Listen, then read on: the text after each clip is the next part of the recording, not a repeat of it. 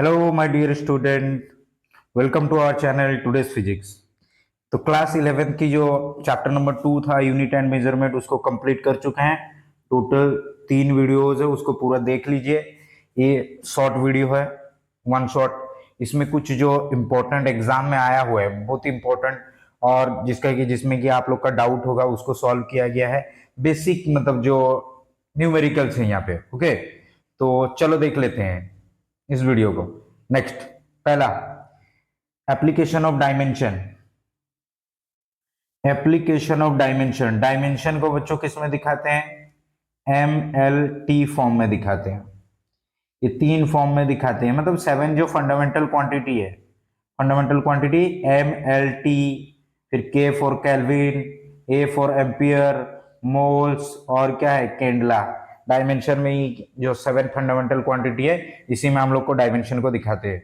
Next, dimension के use क्यों करते हैं? टू कन्वर्ट, कहां से कहां? M K S to C G S. M K S metre, kilogram and second, to C G S centimetre, gram और second. To check the formula, कोई formula जैसे E equal to M C square सही है या नहीं, इसको check कर सकते हैं by using of dimension analysis. Okay, next, to derive the relationship. जैसे अगर मैं बोलूंगा कि F is equal to M V square by are, ये होता है सेंट्रीपिटल फोर्स। ओके, तो यहाँ पे मन में सवाल आता होगा, तो v का स्क्वायर क्यों हुआ? v का पावर तो 3 भी हो सकता था, v का पावर 4 भी हो सकता था, और r नीचे क्यों आया? ये जो r है नीचे क्यों है? ऊपर भी तो हो सकता था। तो इसी तरह क्वेश्चन को हम लोग सॉल्व करेंगे, और इसी को रिलेशनशिप बोला जाता है, derive the relationship. Okay, one by one check करते हैं। चलो, पहला स्टार्ट करते हैं, टू कन्वर्ट। इंपॉर्टेंट फॉर्मूला देखो, कन्वर्ट का एक ही फॉर्मूला था आपको, अगर मैं यहाँ पे लिख दूं, याद होगा, सॉल्यूशन याद होगा, important formula N2 is equal to था N1 M1 बाय M2, इसका पावर x था। यहाँ पे था L1 बाई L2, इसका पावर y था बच्चों, और यहाँ पे T1 बाई T2, और इसका पावर था z। पहले क्वेश्चन में सवाल में दिया गया, गिवन क्या पहले लिखना। देखो ध्यान से क्या दिया है, find the value of 60 joule पर minute of A system. 60 joule पर मिनट मतलब वर्क दिया है, वर्क का यूनिट ही तो जूल होता है। टाइम दिया है कितना? 1 मिनट। यानी पूछ रहा कि पावर क्या होगा? पावर का फॉर्मूला क्या होता है? Work by time. वर्क कितना दिया है? 60 जूल। टाइम कितना दिया? 1 मिनट। मिनट को सेकंड में अगर रखेंगे, 60 जूल बाय 60 मिनट, यानी बच्चों हो गया 1 वाट। समझ में आएगा? नाउ पावर तो दे दिया, अगर मैं पावर का डायमेंशन लिखूंगा, फोर्स बाय एरिया होता था, फोर्स बाय एरिया होता था, ML T-2, और नीचे है L²। तो ये अगर काटोगे तो ये आ जाएगा ML-1T-2। ओके, ये क्वेश्चन किस तरह का सॉल्व करेंगे? जैसे हम लोग सॉल्व करता था ना, कैसे सॉल्व करते थे? जैसे था 1 न्यूटन इक्वल टू 10⁵ डाइन, और क्या था एक ठो 1 जूल इक्वल टू कितना, और 10⁷, और तो हम लोग पहले क्या लिखते थे? पहले डायमेंशन लिखते थे, फिर यहाँ पे लिखते थे MKS, और यहाँ पे लिखेंगे CGS, और यहाँ पे डायमेंशन फिर से लिख दो ML-1T-2। यहाँ पे देखो A मतलब M का पावर कितना? 1 है। B का A ना लिख के X लिखते हैं तो अच्छा होगा, X लिखो। X यहाँ पे कितना है? 1, और y कितना है? -1, z कितना है? -2। हो गया, इतना पहले लिख लेना। MKS में मास होता है kg में, और लेंथ होता है मीटर में, टाइम होता है बच्चों सेकंड में। यहाँ पे होता है मास जो होता है वो किस में होता है? ग्राम में, और लेंथ होता है सेंटीमीटर में, टाइम जो होता है सेकंड में। 1 kg कितना ग्राम? 1000 ग्राम बोलोगे। 1 मीटर कितना सेंटीमीटर, 100 सेंटीमीटर। और सेकेंड तो 1 सेकेंड ही होगा। देखो गिवन क्या है, पहले क्वेश्चन में गिवन क्या दिया है, N1। N1 कितना दिया, P कितना दिया, P 1 वाट, यानी P दिया है 1 वाट। ओके, P दिया है 1 वाट, मतलब N1 दे दिया है, N1 दिया है। और नेक्स्ट लिखो, पुट कर दो डायरेक्ट फॉर्मूला। डायरेक्ट फॉर्मूला को देखो, पुट करो। N2 is equal to N1 दिया है 1, N1 दिया है बच्चों 1। ओके, M1 कितना दिया है 1000। ओके, और बेस वैल्यू दिया है, देखो तो यहाँ पे क्या लिखा है, 100 ग्राम और 100 सेंटीमीटर और 1 मिनट, जो कि है बेस यूनिट। कौन सा यूनिट है, बेस यूनिट। पहले बात आप लोग को ध्यान रखना कि ऊपर वाला जो होता है फंडामेंटल यूनिट होता है, फंडामेंटल यूनिट होता है, और नीचे वाला जो होता है बेस यूनिट होता है। ये बातें याद रखना। बेस यूनिट दिया है 100, 100 और 1 मिनट। ध्यान से सुनना, ये तो 1000 ग्राम होगा और ए कितना होगा 100 ग्राम। नेक्स्ट क्या दिया है 100 सेंटीमीटर, ए भी दिया 100 सेंटीमीटर। नेक्स्ट क्या दिया है 1 सेकेंड, और सीजीएस में कितना होगा 60 सेकेंड, क्योंकि 1 मिनट बोला। अब x 1 है, y -1 है, सॉरी 1 है, और z कितना है -2 है। चलो इसको सॉल्व करके देखो, ये 2 से 2 कट गया, यानी 10 आया। नेक्स्ट ए तो कट गया, इसको करेंगे 1/60, 1/60, 60 सेकेंड। ओके, इसको अगर सॉल्व करेंगे -2, यहाँ पे पावर में रॉन्ग है क्या, power is equal to work by time, sorry power is equal to work by time था ना, यहाँ पे रॉन्ग हो चुका है। देखो पावर का फॉर्मूला दिया था वर्क बाय टाइम, यानी mL²T-2, और यहाँ पे दिया है टाइम, मैं प्रेशर का निकाल दिया था फोर्स बाय एरिया, तो हो गया mL²T-3 होगा। तो इसको मिटा के मैं 1 के बदले लिखेंगे 1, x तो 1, y 2, और z दिया है बच्चों -3, 1 2 और -3 हो गया यहाँ तक क्या। अब देखो ये तो 100 होगा, इसका कितना होगा, ये तो कट गया 1/60, a -3 है। अब जब इसको सॉल्व करोगे देखना आंसर आएगा 1/60 का -3। अगर काट के इसको देखोगे तो आंसर आएगा बच्चों 2.16 इंटू 10⁶ आएगा, क्योंकि इसको सॉल्व करोगे अगर 10 आएगा, हो गया, इंटू इसको मैं 60 का पावर क्यू भी लिख सकता हूँ, क्योंकि प्लस है, ऊपर जाएगा तो प्लस हो जाएगा। इसको अगर 10 हो गया इंटू 60 का क्यूब, 666, 36 इंटू 6, 216, 216, 1 2 3। अब जब इसको सॉल्व करोगे तो ये वाला आंसर मिलेगा हमें 216 में। क्लियर है क्या, इतनी बातें समझ में आया। ये था पहला क्वेश्चन। ओके, चलो फिर नेक्स्ट क्वेश्चन देखते हैं। नेक्स्ट क्वेश्चन क्या बोला है, सॉल्यूशन इसको देखो। व्हेन 1 मीटर 1 kg मास दिया है, मास लेंथ दिया है ना, लेंथ हो गया, लेंथ दिया है 1 मीटर, मास दिया है 1 kg, टाइम दिया है 1 मिनट, मीन कितना सेकेंड 60 सेकेंड। ये कितना ग्राम होगा 1000 ग्राम होगा। 1 मीटर कितना मीटर होगा 100 सेंटीमीटर होगा। किसका बोला है, force is 36 unit. Fundamental units दिया है, फंडामेंटल यूनिट्स गिवन है। ये सब क्या है? Fundamental units.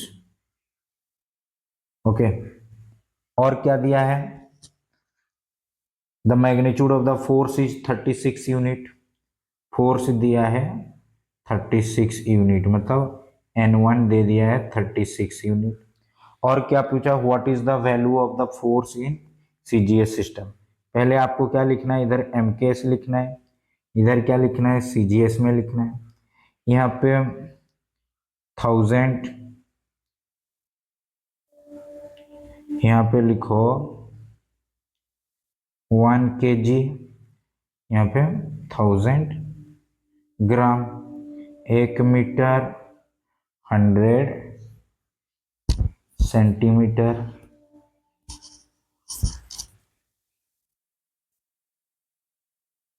सेंटीमीटर, और यहाँ पे 1 सेकेंड, यहाँ पे भी क्या लिखोगे? 1 सेकेंड। नेक्स्ट यहाँ पे अगर फॉर्मूला लिखोगे, फोर्स का डायमेंशन होगा MLT-2। तो यहाँ पे x होगा 1, y होगा 1 और z होगा बच्चों -2। चलो फॉर्मूला में पुट करते हैं। फॉर्मूला क्या था? N2 का, N1 था इंटू M1/M2 का पावर x, L1/L2 का पावर y और T1/T2 का पावर z। N1 दिया है 36, M1 दिया है कितना? 1000 ग्राम, 1000 ग्राम दिया है। और यहाँ पे नीचे क्या होगा? CGS में 1 ग्राम। L1 कितना दिया है? Similarly 100 centimetre. ए कितना दिया है? सेंटीमीटर। टाइम कितना दिया है? 60 सेकेंड, 1 मिनट बोला था। और यहाँ पे कितना दिया है? 1 सेकेंड। यही तो गिवन है। x1 है, y भी 1 है, z -2 है। सॉल्व करेंगे 36, ये हो गया 100 हो गया, ये 36 का मतलब 1/60 का स्क्वायर, इसको ऐसे लिख सकते हैं। तो यहाँ पे 36, 1 2 3, यहाँ पे आ जाएगा 1/36, 2 0, 2 से और 100 भी है, यहाँ से 2 0, यहाँ से 2 0 कट गया, 36 36 कट गया, यानी आंसर आया इतना डाइन आया। ओके, इसको लिख सकते हैं 10⁻³ डाइन। ये था बच्चों यूनिट कन्वर्जन। नेक्स्ट था फॉर्मूला चेक। क्या था? फॉर्मूला को किस तरह का चेक करोगे? मतलब आपको देखना है LHS साइड और देखना है इक्वल टू, अगर RHS साइड हो गया यानी फॉर्मूला क्या है? सही है। जैसे ये v है वेलोसिटी। क्या है? वेलोसिटी क्या होता है? LT-1। ये तो हो गया लेफ्ट साइड। राइट साइड निकालेंगे। राइट साइड का P/ρ। प्रेशर का बताओ डायमेंशन। प्रेशर का force by area, ML-1 T-2 pressure का। रो को होता है ML-3 और इसका रूट अंडर। देखो M से M कटा, L इधर से 1 कट गया, तो T का पावर -2 बाई L का पावर -2, यही आएगा। तो इसका हाफ हो गया, तो T का पावर -2 बाई L का पावर अगर -2 इंटू 1/2 करोगे तो T/L का पावर -1, यानी आंसर आएगा TL-1। ये तो होगा, सॉरी क्या लिख दिया, ऊपर लेके जाओ ना इसको। LT-1, L तो ऊपर जाएगा मतलब प्लस हो जाएगा और T-1 रहेगा, यानी ये आ गया RHS साइड, यानी दोनों सेम है, यानी ये वाला फॉर्मूला क्या है, सही है, करेक्ट है ये वाला formula. Okay, next next question देखा है, देखो म्यू, ये फ्रीक्वेंसी है, म्यू फ्रीक्वेंसी, फ्रीक्वेंसी का formula 1 by time period, time period मतलब टी का इनवर्स होगा इसका डायमेंशन। ये हो गया LHS साइड। अब देखते हैं RHS साइड क्या है। RHS 1/12 है और T/M। ओके, 1/2, 1 तो होगा नहीं, 1/2, एल का मतलब लेंथ है तो उसका डायमेंशन L। टी यहाँ पे टेंशन, टेंशन मतलब फोर्स है, क्या बच्चों, फोर्स है, टेंशन मतलब जो ये जो रस्सी होता है ना, मान लो यहाँ पे बॉल एक झूला है, तो कोई पत्थर या बॉल झूला है तो ऊपर तरफ रस्सी फोर्स एक लगाता है, तो जो फोर्स लगता है कोई रस्सी के द्वारा उसको बोलते हैं टेंशन फोर्स। तो टेंशन मतलब ML T-2 होगा, तो यहाँ पे पुट कर दो ML T-2, और नीचे है एम, क्या स्मॉल एम, मास पर यूनिट लेंथ, मतलब मास पर यूनिट लेंथ, यानी इसका डायमेंशन क्या होगा, ML-1। यहाँ पे लिखो ML-1, इसका रूट अंडर, एम से एम कट गया, एल ऊपर जाएगा L² होगा, देखो यहाँ पे 1/12 है इंटू एल ऊपर जाएगा तो L² होगा, T⁻², और उसका रूट अंडर, समझ में आया। तो 1/2L इंटू L² का L हुआ, T⁻⁻1 हुआ, L से L कट गया तो डायमेंशन क्या आया, T⁻⁻1। हाफ का डायमेंशन कांस्टेंट का डायमेंशन नहीं होता है, यानी left hand side equal to right hand side, दोनों क्या हुआ बच्चों, सेम हुआ, तो ये वाला फॉर्मूला भी क्या है, सही है। समझ में आया, फॉर्मूला करेक्टनेस सॉल्व हो गया।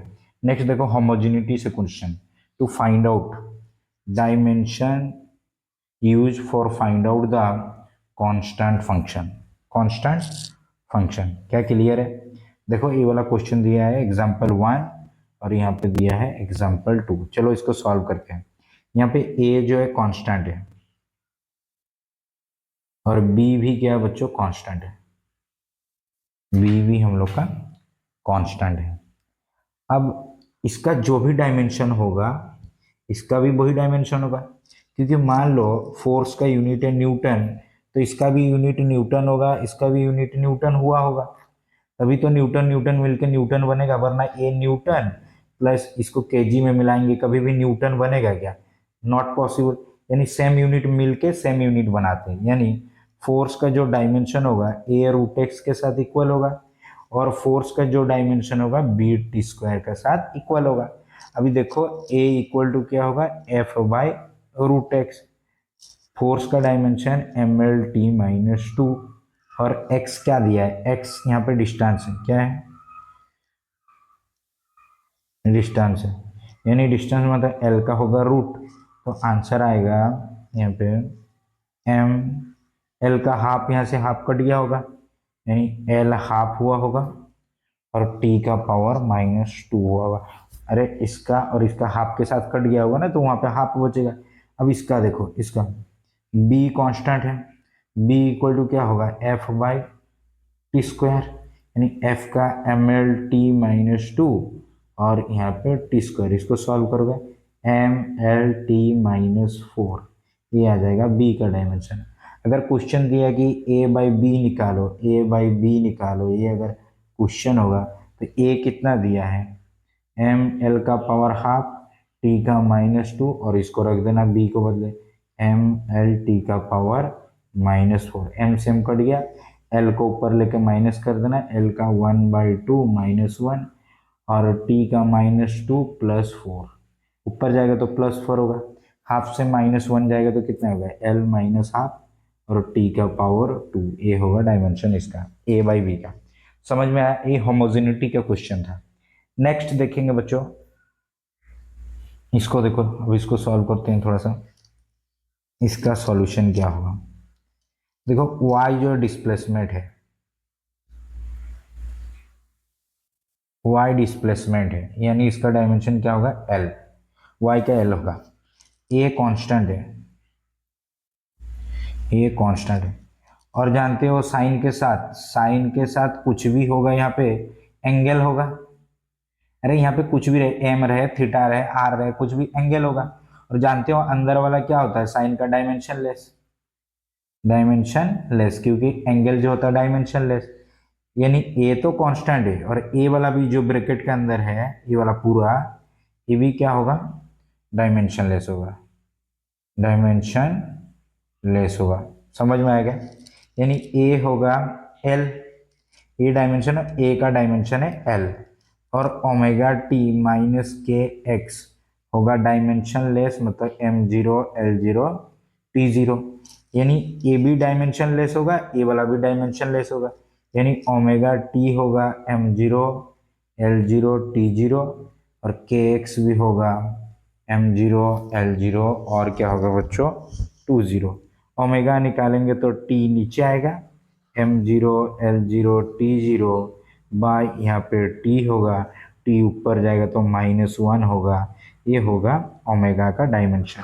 यहाँ पे देखो के का डायमेंशन उसी तरह M zero L zero T zero, नीचे जब एक्स आएगा, एक्स का डायमेंशन क्या होता है, एल।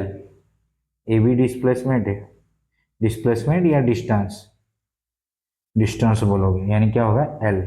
यानी के का डायमेंशन होगा एल, ऊपर जाएगा तो क्या होगा -1 हो जाएगा। और यहाँ पे एम जीरो है टी जीरो है, वो सब लिखने का जरूरत नहीं है। अगर लिखना चाहते हो तो M zero L -1 T zero, इसको लिखना चाहते हो तो M zero L zero T -1, इस तरह का लिख सकते हो डायमेंशन में।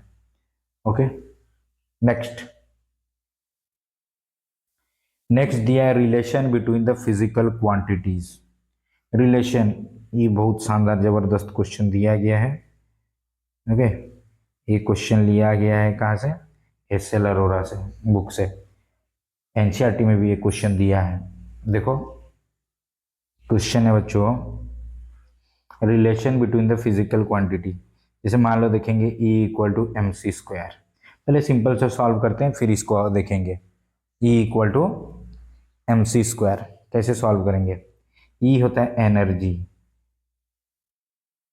और M होता है मास और C होता है speed of light, speed of light. पहले देखेंगे क्या होगा, सवाल आएगा E रिलेशन है M के साथ, E रिलेशन है C के साथ। अब कैसा रिलेशन है, मान लो X और Y इस तरह का है, दोनों को कंबाइन करेंगे तो E आएगा, K कांस्टेंट रखोगे, MX और CY आएगा। क्लियर। E का डायमेंशन है M L square T -2 energy का, और यहाँ पे M का हो गया X, C का मतलब लाइट, मतलब स्पीड ऑफ लाइट, स्पीड का क्या होता है एल टी -1, और इसका रखोगे y। अगर इसको लिखोगे m का पावर x, l का पावर y, t का पावर -y।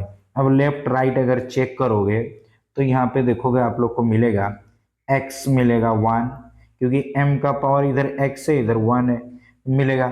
l का पावर कितना है y, और यहाँ पे कितना है 2, तो हमें एक्स वाई ही चाहिए था, और एक्स वाई का वैल्यू यहाँ पे पुट कर दो इस इक्वेशन में। इक्वेशन 3 नाम दिया, इसको 1 दिया, इसको 2, तो जब पुट करोगे E इक्वल टू आएगा एम सी का पावर 2, और फॉर्मूला बन गया E equal to M C square.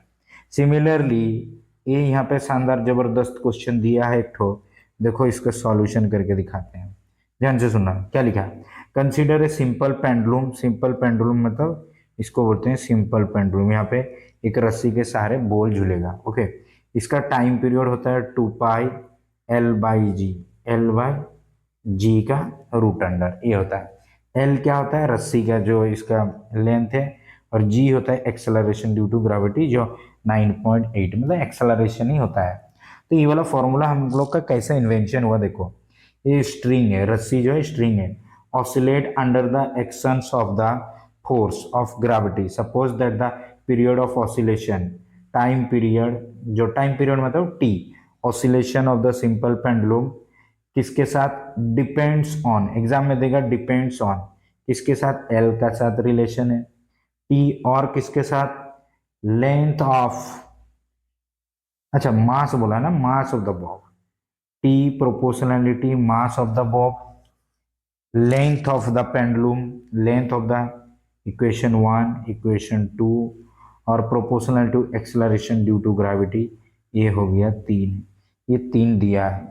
What will be the derive the expression of its time period, देखना फाइनल ये वाला फॉर्मूला आ रहा है कैसे। ओके चलो सॉल्व करके देखते हैं। देखो पहला काम है क्या, इसको x लगा दो, इसको y और इसको लगा देना z, t को k कर देना कांस्टेंट, m का पावर x, l का पावर y और g का पावर z लिखना।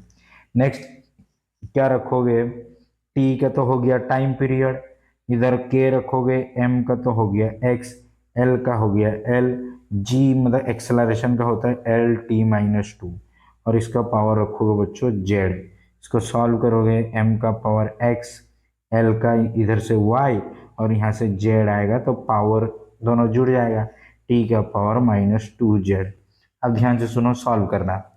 लेफ्ट साइड में m है नहीं तो x हो जाएगा 0, क्योंकि लेफ्ट और राइट को जब कंपेयर करोगे यहाँ पे तो t होगा ना, x का पावर 0 यानी y प्लस जेड भी 0 होगा और माइनस 2z, यहाँ पे t का पावर माइनस 2z और यहाँ पे 1 है इसीलिए ये कितना आ जाएगा 1, तो z कितना होगा -1/2। इसको लेके बच्चों यहाँ पे पुट करेंगे तो y कितना, -1/2 is 0, y is equal to 1/2, यानी कितना वैल्यू आया, x 0 आया, y हाफ आया और z -1/2। इसको पुट करेंगे कहाँ पे, इस इक्वेशन में। t is equal to k रखा, m का पावर 0, l का पावर कितना आएगा, y मतलब 1/2, z का पावर माइनस g होगा ना, यहाँ पे g आएगा बच्चा, g का पावर -1/2। इसको अगर देखोगे m का पावर 0 मीन 1 और l नीचे ले गया g और मैं इसको हाफ कर दिया तो मैं k l का पावर g का रूट अंडर, ये आ गया t। From experiment, from experiment, experiment से क्या मिलेगा, k का वैल्यू 2 पाई मिला और जो फॉर्मूला इन्वेंशन हुआ t equal to 2 pi l/g आया। इतनी बातें याद रखना, एग्जाम में ये वाला क्वेश्चन हर वक्त आता है, पूरा याद करके रखो। और ओके नेक्स्ट, नेक्स्ट देखो दिया यहाँ पे और एक question, the escape velocity, escape velocity okay, जैसे ये मान लो बच्चों अर्थ है और यहाँ पे इसका कुछ एक्सेलरेशन ग्रेविटी होगा, ऑब्जेक्ट को यहाँ से फेंका जाता है। ओके मतलब कितना स्पीड से फेंकोगे ऑब्जेक्ट को कि और फिर दोबारा रिटर्न होके नहीं आएगा, उसको बोलते हैं एस्केप वेलोसिटी VE। ये होता है 11.2 किलोमीटर पर सेकेंड, एक सेकेंड में इतना, एक 11.2 किलोमीटर में फेंकोगे तो ऑब्जेक्ट और दोबारा अर्थ में घूम के नहीं आएगा, इसको बोलते हैं एस्केप वेलोसिटी। तो क्वेश्चन क्या बोला है, the escape velocity v of a body is depend on acceleration due to gravity g के साथ of the planet and radius of the planet, and क्या होगा, radius of the planet r। तो dimensionally relationship between v and G R, इसका हम लोग का dimension हमें क्या करना है, निकालना है। समझ में आया, तो चलो इसको x रख दो, इसको क्या रखेंगे y, तो v को रखेंगे k, g, r का x और y, v का क्या होता है LT-1, इधर k रखो, g का होता है LT-2, रेडियस होगा LY और इसका x रखो, सॉल्व करो, l का पावर x, t का पावर -2x, l का पावर y, सो यहाँ पे l का पावर आएगा x प्लस वाई, t का power -2x। After solving right and left compare अगर करोगे तो -2x जो होगा वो -1 के साथ होगा, क्योंकि यहाँ पे टाइम का -2x है, उधर -1 है, so x is equal to आएगा बच्चा 1/2। क्लियर है क्या। Next x plus Y is equal to 1 आएगा, क्योंकि एल का पावर इधर लेफ्ट में 1 है, उसका x+1 है। x का बदले 1/2 प्लस वाई पुट करोगे 1, तो y भी आएगा 1/2। x भी आया 1/2 और y भी आया 1/2। इसको पुट कर दो यहाँ पे लेके, यहाँ पे अगर पुट करेंगे v इज इक्वल टू के रहेगा g का पावर 1/2 r का पावर 1/2, फॉर्मूला आएगा के जी आर का रूट, ये वाला आएगा। इसको बोलते हैं एस्केप वेलोसिटी वीई, जो कि होता है 11.2 किलोमीटर पर सेकेंड। क्लियर है क्या, ये वाला रिलेशनशिप आया। नेक्स्ट, अब आता है बच्चों सिग्निफिकेंट फिगर। सिग्निफिकेंट फिगर, जैसे मान लो कोई भी हम लोग एक्सपेरिमेंट किए तो वहां पे कुछ भी वैल्यू आता है, 3 डिजिट, 4 डिजिट, 5 डिजिट, कुछ डेसिमल में भी आते हैं, तो वहां पे सिग्निफिकेंट फिगर कितना होगा। यहाँ पे कुछ कंडीशन है। पहला कंडीशन कि नंबर जो होते हैं वो क्या होता है, 1 से 9 के बीच सिग्निफिकेंट फिगर होगा। दूसरा, फर्स्ट जीरो अगर होगा वो सब काउंट नहीं होगा, वो सब फर्स्ट जीरो सब काउंट नहीं होगा। यहाँ पे कितना, 1 है, एक 9 को काउंट करोगे, बाकी फर्स्ट डिजिट काउंट नहीं होगा। तीसरा, जो 10th का पावर जो होता है, 10 का पावर में अगर कुछ भी होगा वो काउंट नहीं होगा। और फोर्थ केस है, आफ्टर डेसिमल, आफ्टर डेसिमल अगर जीरो है तो वो काउंटेबल नहीं होगा, काउंटेबल होगा। आफ्टर डेसिमल जो जीरो होगा वो काउंटेबल होगा। जैसे मैं लिखा कि 0.2000, यहाँ पे कितना है, 4 सिग्निफिकेंट फिगर है, क्योंकि डेसिमल के बाद जीरो है इसीलिए काउंट हुआ। पर पहले अगर जीरो होता वो काउंट नहीं होता। तो इसको कितना बोलोगे, इसको 3 सिग्निफिकेंट फिगर है। इसका कितना बोलोगे, 1, क्योंकि यहाँ पे तो 2 जीरो है स्टार्टिंग में। इसका कितना बोलोगे, 4, और यहाँ पे तो नंबर है तो इसका होगा 5। यहाँ पे देखो ये वाला तो काउंट नहीं होगा, डायरेक्ट इसको बोलो 3 और 2, इसका कितना होगा बच्चों, 5 होगा सिग्निफिकेंट फिगर। ओके, इसका होगा 5 क्योंकि नंबर सब है। इसका ये सब काउंट नहीं होगा, यहाँ पे 3 और 2, यहाँ पे 5 सिग्निफिकेंट फिगर होगा। यहाँ पे देखो डेसिमल के बाद जीरो काउंट होगा, यहाँ पे कितना होगा, 4। समझ में आया। यहाँ पे देखो, यहाँ पे 2 सिग्निफिकेंट फिगर होगा, क्योंकि यहाँ पे आखिरी वाला जो है वो जुड़ता नहीं है। जैसे इसको मैं इस तरह का लिख सकता हूँ 10⁻3, यानी ये वाला तो काउंट होगा नहीं ना, तो 2 सिग्निफिकेंट होगा। पर इसमें 4 सिग्निफिकेंट फिगर होगा, क्योंकि यहाँ पे डॉट है। समझ में आया। और कोई किसी का वैल्यू मान लो 64,100 आया, तो वो तो उतना ही होगा ना सिग्निफिकेंट फिगर, 4 सिग्निफिकेंट फिगर होगा। इसमें क्या आएगा, आफ्टर डेसिमल जीरो काउंट होता है, अगर पहले ये वाला होता तो काउंट नहीं होता। तो यहाँ पे कितना होगा बच्चों, 4 सिग्निफिकेंट फिगर। क्लियर हो गया होगा मेरे ख्याल से। प्रैक्टिस करो, अगर नहीं हो पा रहा है तो और देखो वीडियो को।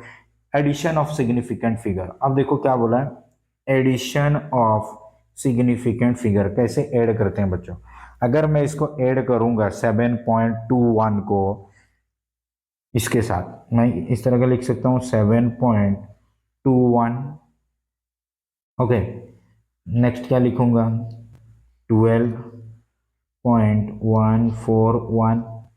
नेक्स्ट लिखूंगा 0.0028। तो क्यों ना ए भी जीरो में भर दो, ये भी जीरो में भर दो, और इधर जीरो रख दो, और यहाँ पे भी जीरो, और इसको हम लोग ऐड करेंगे। ऐड में ये आएगा 8, 3, 5, 3, 9 और 1, 19.358। इसमें रूल एक है ताकि डेसिमल के बाद किसका लेस सिग्निफिकेंट फिगर है। देखो डेसिमल के बाद यहाँ पे बच्चों 3 है, यहाँ पे बच्चों डेसिमल के बाद 2 है, क्योंकि पहला वाला तो काउंट नहीं होगा। यहाँ पे डेसिमल के बाद बच्चों 2 है, यानी जिसके पास लेस है उसी को हम लोग सिग्निफिकेंट आंसर में भी लिखेंगे। 19 आंसर तो होगा, डेसिमल के बाद कितना डिजिट होना चाहिए, 2, यानी 35 होगा। ये हो गया आपका आंसर। बोलो समझ में आ गया। नेक्स्ट क्वेश्चन करेंगे।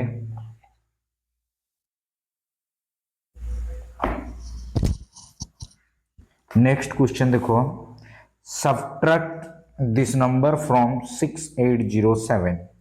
तो 6.807 इसको लिखेंगे 4.27153 और यहाँ पे 00 लगा दो, माइनस करो और देखना आंसर आएगा 745, इधर आएगा 3 इधर 5 डॉट 4, 6 से 4 जाएगा 2। ओके, आफ्टर डेसिमल किसके बाद लेस, यहाँ पे 5 सिग्निफिकेंट फिगर है और यहाँ पे 3 है, तो बच्चों 3 ठो लेंगे तो आंसर होगा 2.535। ये होगा आंसर।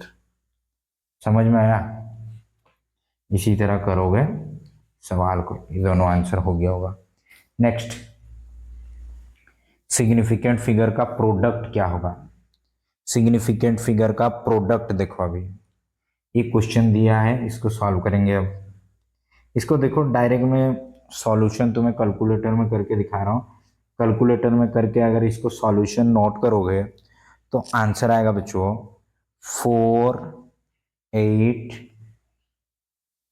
4820.826,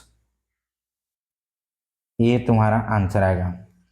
तो डिवीजन और मल्टीप्लिकेशन प्रोडक्ट का रूल कहता है कि जिसमें सिग्निफिकेंट नंबर कम होगा वही होगा आंसर। इसमें सिग्निफिकेंट फिगर 2 है, इसमें सिग्निफिकेंट फिगर 4 है और इसमें बच्चों 3 है। तो सिग्निफिकेंट फिगर कितना होना चाहिए? 2 होना चाहिए। तो आंसर कितना आएगा? 48। अब मुझे बताओ 4820 है, आप 48 लिखोगे तो होगा क्या? तो इसके साथ 2 जीरो लगा दो। इसमें कितना सिग्निफिकेंट फिगर है? 2, और आंसर भी हो गया आसपास लगभग। समझ में आया? अब ये वाला क्वेश्चन देखो, डिवीजन का भी वही वाला रूल है, लीस्ट सिग्निफिकेंट लेना। इसको आफ्टर मतलब डिवीजन अगर क्रॉस करके देखोगे तो आंसर आएगा अराउंड 10.1795 इंटू 10⁻3। तो ये वाला तो काउंटेबल होगा नहीं, तो यहाँ पे लगाना 10 पॉइंट लेस सिग्निफिकेंट फिगर। इसमें कितना है बच्चों? 3। इसमें कितना है? 4। इसमें कितना? 3। इसमें कितना? 4। तो आंसर होगा 3, यानी 10.1 होगा आंसर। कितना होगा? 10.1 होगा बच्चों आंसर। इसी तरह सम और सब्ट्रैक्ट में डेसिमल पॉइंट के बाद यहाँ पे आफ्टर डेसिमल और डिवीजन और प्रोडक्ट में क्या देखना है? लीस्ट सिग्निफिकेंट फिगर याद रखिएगा, ये वाला पोर्शन याद रखिएगा। ओके, चलो आगे मिलते हैं। फिर एरर देखेंगे, mean error, absolute error. Mean क्या होता है? Absolute error, mean absolute error, relative error और परसेंटेज ऑफ एरर। मीन क्या होता है? ए एवरेज। ये मतलब जितना नंबर दिया होगा, मान लो दिया A1 A2 A3 dot dot dot by होगा n, जितना तो दिया होगा। ये क्या है? A1, मान लो किसी हम लोग ये किसी फुटबॉल को हम लोग मेजर किए स्फीयर का, इसका रेडियस पहले आया A1, फिर दोबारा मेजर किया आया A2, फिर A3, ये सब एक्सपेरिमेंट। तो एवरेज का फॉर्मूला ये वाला। समझ में आया? एब्सोलूट एरर का क्या करोगे? एवरेज से माइनस करोगे, एवरेज से A1 को माइनस करोगे, उसको लिखेंगे डेल ए। डेल ए क्या होगा? ए एवरेज माइनस जो एक्सपेरिमेंट वैल्यू आया होगा, तो ये A1 होगा। सिमिलरली डेल A2 क्या आएगा? ए एवरेज माइनस A2। और अगर रिलेटिव निकालोगे ना तो इसका फिर मीन एब्सोलूट एरर। अब मीन एब्सोलूट एरर मतलब डेल ए का बार, यहाँ पे क्या होगा? Del A1 plus del A2, मतलब एरर का लिखना, और यहाँ पे n होगा। फिर और अगर बोलोगे रिलेटिव एरर तो डेल ए का बार बाई ए एवरेज। और अगर परसेंटेज पूछा तो इंटू 100 कर देना। ओके, सारा फॉर्मूला यहाँ पे लिख दिया। अब सारे डायरेक्ट आते हैं क्वेश्चन पे। डायरेक्ट यहाँ पे क्वेश्चन पे अटैक करो। देखो क्या क्वेश्चन दिया है, पहले पढ़ो। In successive measurement the reading of the periods of oscillation. वही ऑसिलेशन का क्वेश्चन है, सिंपल पेंडुलम है, ये सिंपल पेंडुलम है यहाँ पे। ओके, वायर में simple pendulum. Time period different दिया है, ये पहला है, दूसरा, तीसरा, चौथा और पांचवा, मतलब 5 ठो दिया है टाइम पीरियड। तो पहले हम लोग को निकालेंगे मीन वैल्यू, मतलब ए एवरेज, उसी को मीन बोलते हैं, एवरेज को। ओके, तो सबको ऐड करोगे, यानी 2.63, 2.56, 2.42, 2.71, 2.80 बाई कितना है 5। तो सबको ऐड करने के बाद देखना आएगा 13.12, 13.12 और 5 से डिवाइड करोगे तो आंसर आएगा 2.624 सेकेंड। तो इसको अगर सिग्निफिकेंट फिगर तक लिखोगे तो 2.62 सेकेंड होगा। समझ में आया? ये आ गया पहला का। दूसरा क्या बोला है? एब्सोलूट एरर निकालो। एब्सोलूट एरर निकालेंगे अब। देखो यहाँ पे एब्सोलूट एरर निकालते हैं।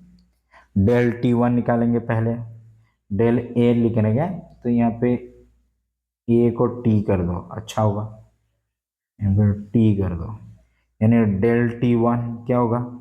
2.62 माइनस 2.63, आंसर आएगा कितना आएगा? -0.01। डेल T1 कितना आएगा? 2.62 माइनस 2.56, आंसर आएगा 0.06। डेल T2 है, डेल 3 2.62 माइनस 2.42, तो आंसर आएगा 0.20। डेल T4 और डेल T5 आप लोग खुद निकाल देना। ऐड करने के बाद डेल टी का मीन अगर निकालोगे, एवरेज, डेल टी का एवरेज निकालोगे, पूरा ऐड करना, ये सबको ऐड करना, और प्लस में माइनस कुछ भी नहीं होगा क्योंकि मोड था। डेल T1 का मोड प्लस डेल T2 का मोड प्लस डेल T3 का मोड। मोड जब करते हो ना कोई चीज प्लस में हो जाता है, जैसे -1 का मोड लिखोगे तो आंसर होगा 1 बाई कितना हो जाएगा 5। यानी जो भी आपका आंसर आएगा पॉजिटिव में आएगा, ये सारा ऐड कर देना। पूरा लिख देते हैं, 2.62 माइनस 2.7 हुआ, आंसर आएगा -0.09। 2.62 माइनस 2.80 माइनस 0.18। अब सबको ऐड करना, 0.01, 0.06, 0.20, 0.09, प्लस में रखना 0.18 बाई कितना करोगे 5। क्लियर है क्या इतनी बातें? अब देखो इसको मैं आंसर यहां पे लिख रहा हूं।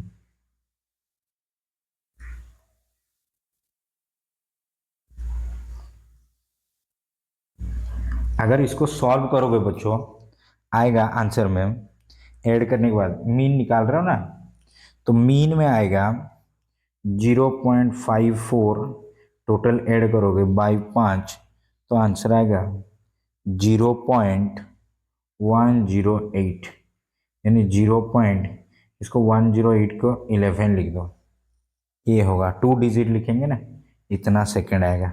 और अगर निकालेंगे रिलेटिव एरर, नेक्स्ट बोला है रिलेटिव एरर, क्या होगा?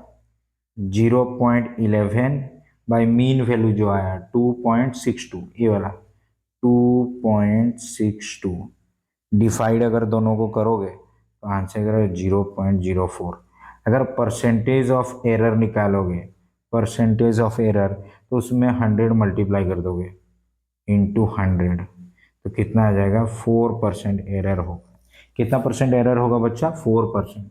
तो डायरेक्ट आंसर लिखेंगे, टी का वैल्यू जो होगा 2.62 प्लस माइनस कितना होगा 4%, यानी इतना में 4% का एरर प्लस हो सकता है, या तो क्या हो सकता है, माइनस हो सकता है। क्लियर है क्या? नेक्स्ट क्वेश्चन देखो। Next question, combination of error combination of error, जैसे सम करोगे ए प्लस बी, दो वैल्यू दिया रहेगा, ऐड करोगे तो मेन वैल्यू ऐड होगा, प्लस माइनस एरर क्या होगा, प्लस होगा। क्लियर है क्या? डिफरेंस में भी उसी तरह ए माइनस बी होगा, प्लस माइनस क्या होगा, del A plus del B. Okay, A यहाँ पे क्या है, A plus minus del A, B क्या है, B plus minus del B. और हम एग्जाम्पल यहाँ पे लिखूंगा 2 प्लस माइनस 0.3, यानी ये वाला एरर है, ये वाला मीन वैल्यू है। प्रोडक्ट में देखो, मान लो जेड एक दिया है एक्स और वाई, तो मैं इसको एरर में लिखूंगा del Z by Z is equal to del X by X plus del Y by Y.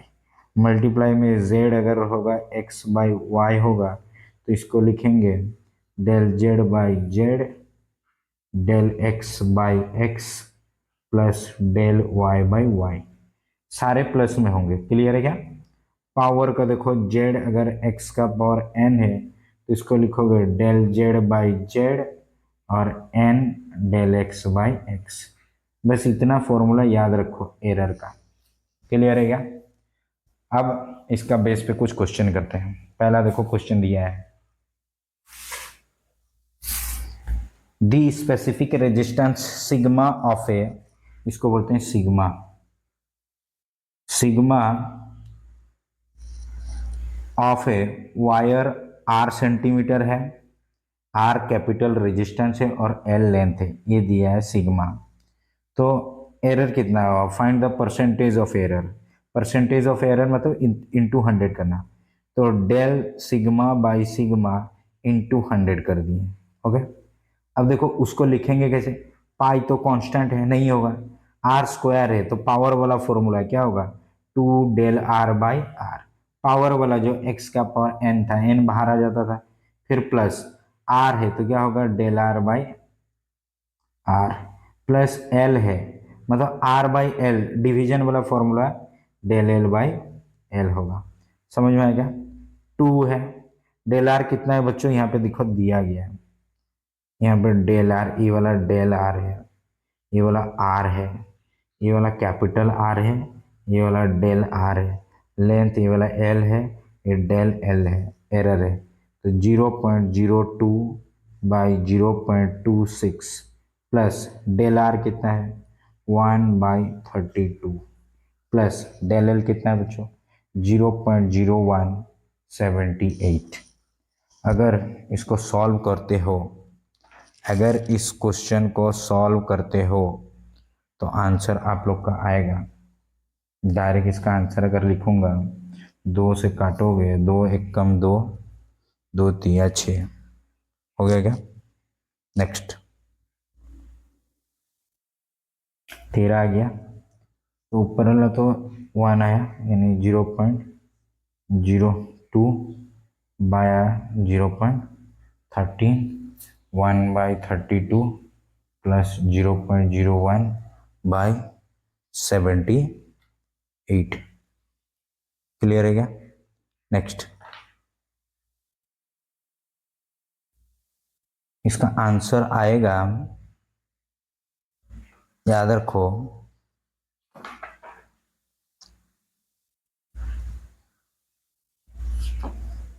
Multiply अगर करेंगे 2 से,